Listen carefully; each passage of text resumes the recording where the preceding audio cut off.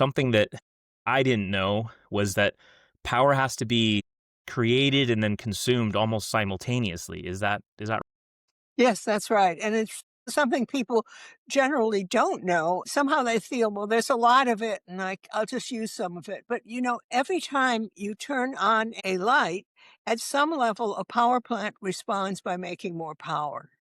And if you turn off a light, the power plant makes less. Now, obviously, this isn't actually happening quite that way because there's millions of people turning lights on and off and hundreds of power plants.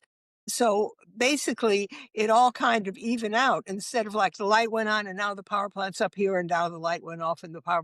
It's like a whole bunch of lights went on and so the power plant is gearing up, kind of thing. So, or the grid is gearing up, but you have to keep it in balance. If you don't keep it in balance, if there's not the same amount being produced as consumed, then the frequency on the grid will change. And the grid frequency, that is the 60 cycles per second, is held in very, very close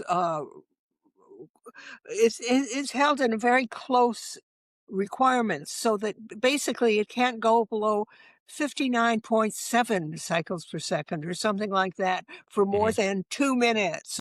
I mean, it's very, very tightly controlled. And so one of the things that happens is that if you end up with, for example, let's say you have a sunny day, and so there's a lot of solar going on the grid for a few hours, but it could really swamp the grid and cause the frequency to vary. And so what happens is that usually solar is curtailed, which means that the grid operator says to the commercial solar, get off the grid right now. And then the commercial solar has said many times, "Hey, yeah, you can send me to go off the grid, but you know that I can only make money only a certain number of hours, and you're Right. cutting into it."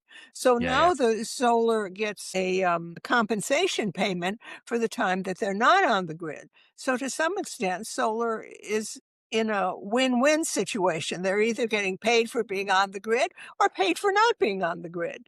So, Right. I mean, how much better can it get than that? Now, not every solar is in that situation. The home solars are different because they don't get curtailment payments. And also, it depends on what jurisdiction you're in, because some RTOs are quick with the curtailment payments and the others aren't. Some are like, we don't do curtailment unless it's really bad. And some are like, oh yeah, we had to curtail you. Here's your money. It Gotcha. depends Yeah. on I many love that things.